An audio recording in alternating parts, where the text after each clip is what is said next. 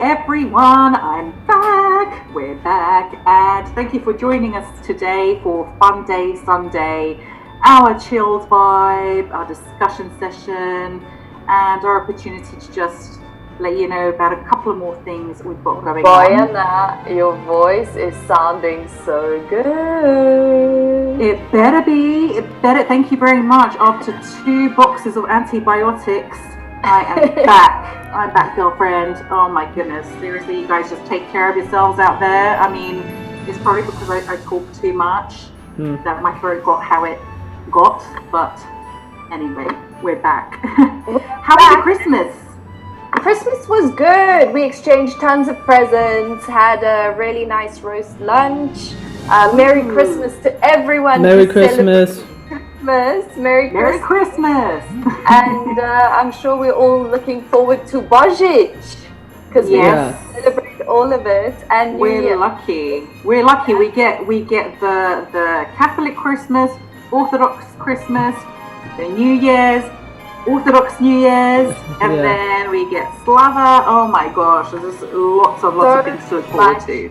Eating. Anyway, we are Bel Art Attractions, BAA, your bi-weekly guide to the art scene of Belgrade. So, love us, like us. We're on Zoom. We're socially distancing. I think maybe even for the rest of the year. I don't know. Maybe we'll hit you up with an in-person quick powwow before the end of the year. We'll see how it's going. Yeah, we'll check it in. We'll check it. Please subscribe. Hit that subscribe button. I know you're on holiday. I know you're watching tons of YouTube. So subscribe to us. Let us be one of your channels.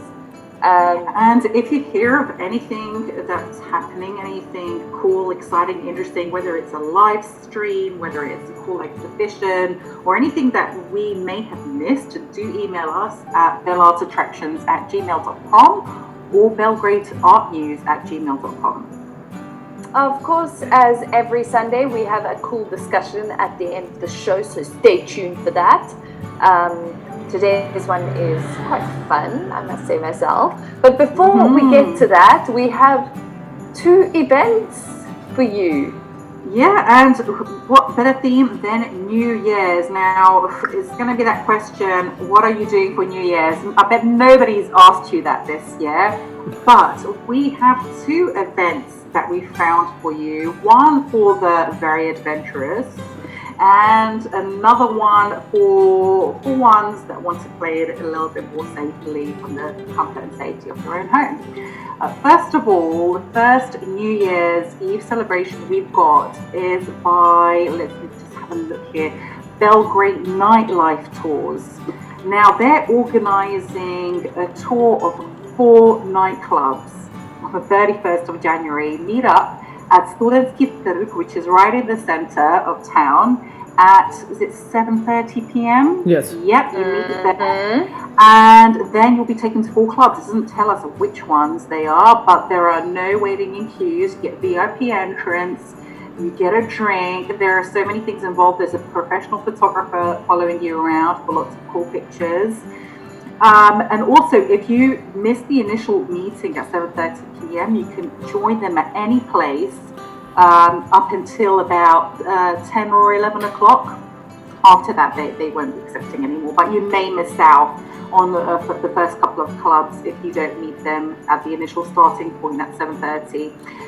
Anyhow, you need to book tickets before going. So tickets run from €79 for the early bird up until €89 or €99, which are the last tickets available. But send them an email at bgnightlifetours@gmail.com to find out more information, see if they've got any backup plans, for example, if there are any restrictions during the New Year. I wasn't aware of any clubs being open at New Year's, but I'm not sure whether that's going to change or not. So it's best to be safe.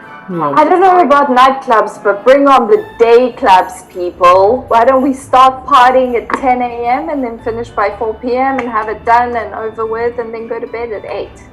I'm up for that. I'm up for that. Since I became a mom, I've been saying daytime raves, people. Daytime raves. We need more of those.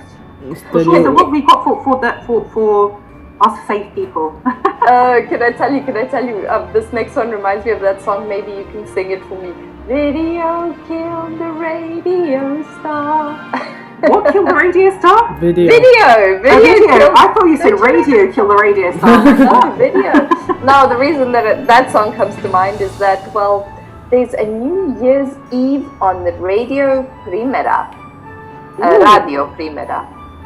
They'll be live streaming non-stop party music, and they'll even have some special guests on from 12:01 on Thursday until 3 p.m. on Friday. That's a long work day, let me tell you right now. On Friday the 1st of January, to usher you into the new year.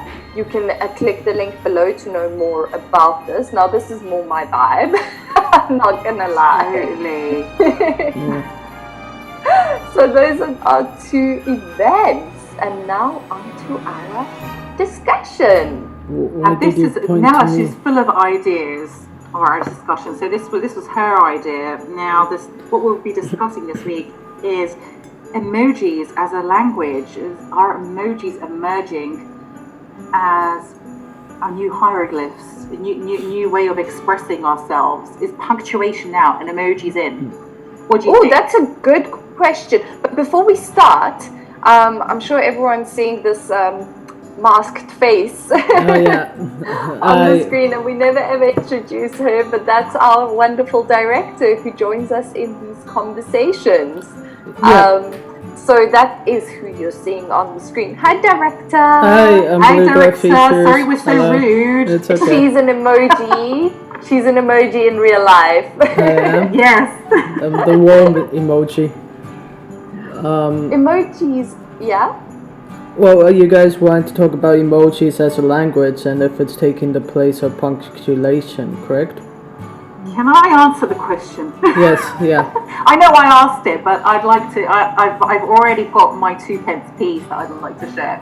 Well, when emails and everything first started, or when I first started out in the workforce, I was really frustrated in the sense of not being able to use certain punctuation because they'd get misconstrued. So. When I worked in my first office job, I used to find a lot of people my managers editing my emails before sending them out, and they just take away all the exclamation marks. And I was like, why are you doing that? They're like, it just sounds like shouting, or you're just too over enthusiastic. And I was like, well, that's just the way I talk. That's how I express myself. And I think it's, emojis, they help in a sense to express what we're trying to say, since we're not being visual, and even punctuation doesn't give out the feelings that we want to give out. For example, an exclamation can mean shouting, or it can just be really, it can be an enthusiastic tone. Yeah, exactly. So sometimes I think that adding an emoji, whilst probably not still, used in the professional world so much, it just gives you that bit more specific emotion to what you're trying to write. I don't know, I think it's taking away from grammar. And yes, I am a grammar Nazi, and yes, I will use my Twitter account to come after you. Brands with bad grammar. Not individuals. But when brands have bad grammar, it just annoys me a lot. Individuals, it doesn't matter because it's your personal way of speaking. That, and also it's diminishing the ability of the youth to actually express themselves through words. I feel, because in their communications, and even I've noticed with my communications with my groups and my friends, and I'm a millennial, I'm proud of it, but not a Gen Z. And I'm a my genital. Sorry to throw that in. That's us between the Generation Z and my millennial. Anyway, continue, please. Anyway, I've noticed that when you want to express an emotion, you you use a heart emoji, or you use an angry face emoji, or you use a sarcastic face emoji. By the way, did you know that the upside down smiley face actually means that you're being sarcastic? No. Yeah, you told us that in chat, but I didn't know that. And I thought it was really cute. I use it all the time. I think it's really cute. And I was messaging my ex-boss, who's a really important person, who I have to keep in close contact with. And I sent him an upside down smiley face, and he goes, Nela, do you know what that means? And I'm like, no. And he goes, it means that you're being sarcastic. No, I think he's got it wrong. I thought sarcastic was that emoji with the half smile on the face. Like the smirk? Yeah, the smirk. I thought that was sarcastic. Like a bit cheeky. I don't know. I googled it afterwards, and it turns out that this one is sarcastic. And I'm like, oh shoot, so now I have to watch what emojis I use in case they're misinterpreted. Yeah. Nah. I like using the upside down face. I use it when I'm being silly. I just think, I made a silly comment or something. That's my brain upside down. But no. Do you know what's sarcastic to me? No emoji. You just write no emoji at the end of your sentence. That's just deadpan. That's just, no emotion and no punctuation. You think, oh my gosh, is it a joke? Is it not a joke? That's dry. That's very dry. That's not sarcasm. Well, you have a point there, Nela. You see, even though we're using emojis, there is some sort of payoff in not being losing the ability to express ourselves with language.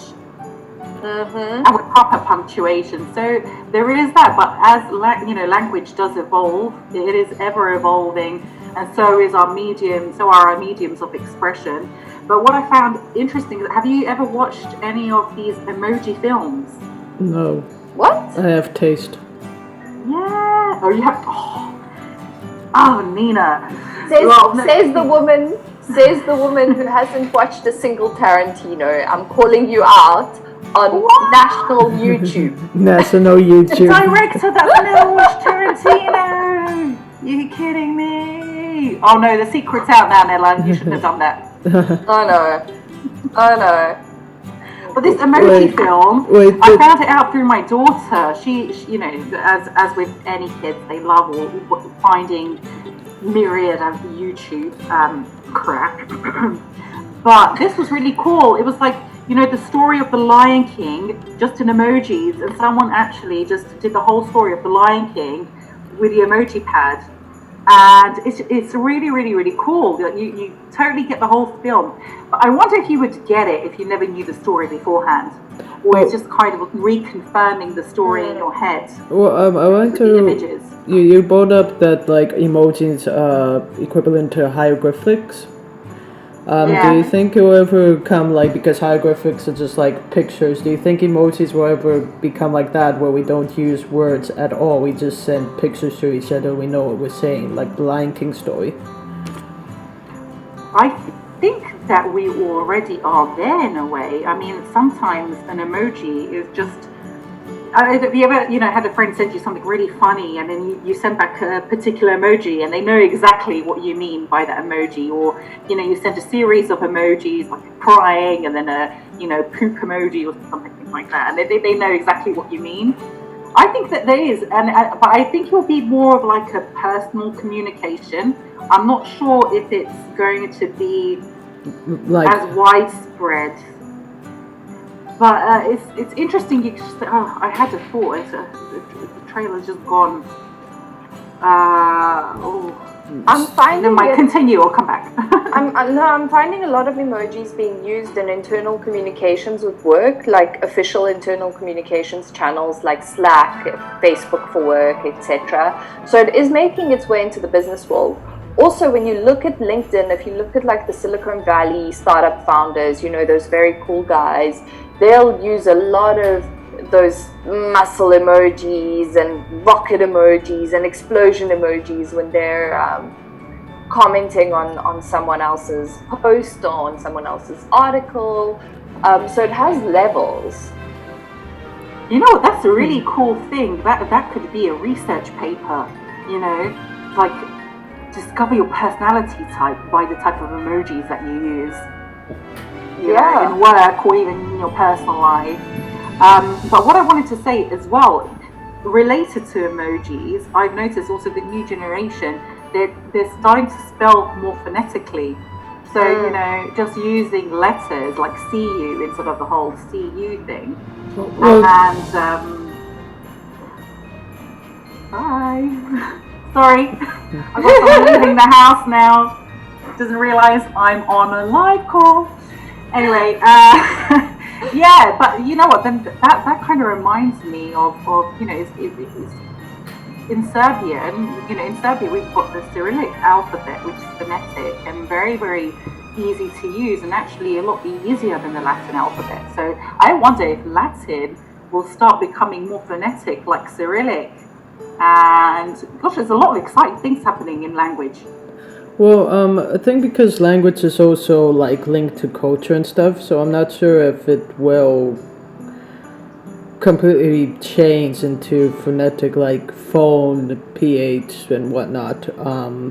No, I wanted to bring up something else. Oh, you were talking about how people write ICU with letters. Well, we were doing that when we like first got our cell phones, and we were limited with the amount of characters we can have for a message. So we would like shorten words or say ICU, or so that kind of been around for like ever. But I think it's also like people do that for the speed because it's quicker and easier, and you kind of just want to get your words out as soon as you can. So maybe that's why. I wonder what they do with all that time they save. Well, you know, it's interesting because my daughter, she's, you know, grown up here in Serbia, and the first letters that she's sort of gotten used to writing is Cyrillic.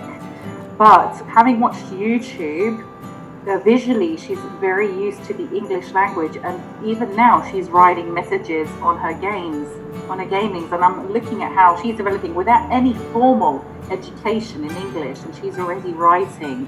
And it's that, you know, she's you know, looking at the words visually, but even the stuff that she doesn't know, she writes phonetically. She still gets a point across. And I see other children playing and sending messages, and they're all spelling the same.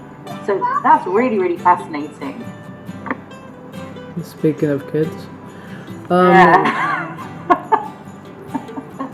yeah, we've got kids everywhere, haven't we? Nela, you've got the kids there. I don't know if you guys can hear it, but I've got kids playing outside, and they're having a lovely time screaming. No, we can't hear them. But I think we've kind of, you know, we've touched base there on, you know, emoji as a language, and we'd love to hear your thoughts on it. So do comment below and let us know what you think. And, you know, will we start to see emoji and subtitling in films? I think so. I just imagine like 50 Shades of Grey with that vegetable emoji. That's a really good point. Dun, dun, dun.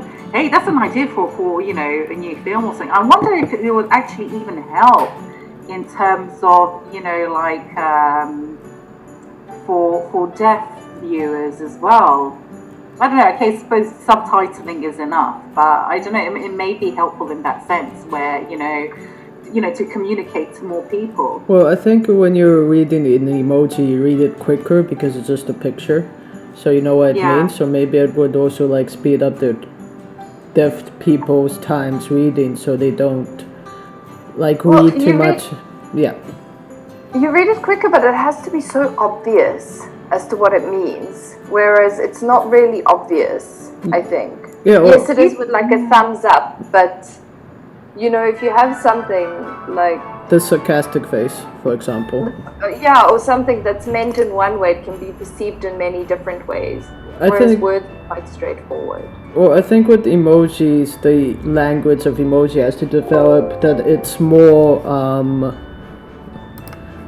more like universe. The language of emoji has to develop to that of hieroglyphics, where one symbol means one thing, and it can't be like misunderstood as meaning something else, for example. I think we're not there yet. Do you think that perhaps our reliance on emojis is a compensation for not seeing each other so much, and especially now that we're all more or less masked in our outdoors interactions. I wonder if it's kind of a way just to keep the connection alive, not seeing each other's faces so much. I think emojis are just for fun, to be honest. I think that's how they started. Before emojis were like a proper thing and named, we used to use punctuation. Yeah, colons, those things. It was just for fun. I don't think it's, I guess nowadays we use it to get our point across and because we miss each other, but back then I think it's just cute and fun. Do you know what though, this conversation has really inspired me now to look into Egyptian hieroglyphics and and even in sort of more visual languages like, Japanese and Chinese, where you have, I'm not sure if it works the same way as hieroglyphics. Probably not. I'm probably wrong. I think they're just more representative of sounds. But yeah, that opens up a whole new kingdom of language, visual language that we've never really had a chance to learn. So yeah, I don't know. I embrace it. I really do. I don't know about you guys. How do you feel about emoji as a language? For me, it's universal, and that's what I like about it. If you send a smiley face emoji to a kid in China and a kid in Sweden and another kid in Nairobi in Kenya, they'll understand what it means, and that's what I like about it. It's like the Mr. Bean of language. Everybody gets it. Everybody gets it, yeah. So that's what I like about it. I don't like change, so I don't like the fact that it is leading to an evolution of our language, and I really believe it is. And I think, the way we spoke 20 years ago is not the same way that we speak today. Yeah. But neither is it how it was 600, 700 years ago, or 500. Exactly. When Shakespeare was alive, I mean, his plays were, I guess, widely understood. But now, when we learn them in school, you really have to kind of turn your brain on to see what he's getting at. What do all these old words mean, and poetry, and sometimes also, I think language at some points in history they were, overused or for example, overly formal, where you have so many words put in, and it's not necessary. And that still sort of drags on, for example, in professions such as law and the medical profession as well. And, people sound more learned when they're superfluous with their words. Hashtag word of the day, people. I had to throw that one in. I'm so sorry, being extra at all. Well, we're gonna end the discussion on superfluous. Yeah, before Bojana uses bigger words. Go look it up, guys. I'm definitely gonna go look it up. Go look it up and tell us in the comments what it means or what you think it means. I think that might be more fun. What does superfluous sound like superfluous? Or supercalifragilistic. Okay, I can't even say it now. Anyway, this has been your bi-weekly, your Sunday installment of Bel Art Attractions with our Funday Sunday discussion, which I think is a really nice addition to our little show, and I'm really enjoying it. I do, and you know what, we've got to organise it, but I'm really looking forward to it being an interactive live stream thing, and I would love to hear all your questions and interactions on what we discuss. So please comment and email us at belartattractions at gmail.com or belgradeartnews@gmail.com. And that's it for today. Subscribe. This is Bojana, that's Nela, and I'm Blue Glove Features. Yay! Bye! Bye! Bye!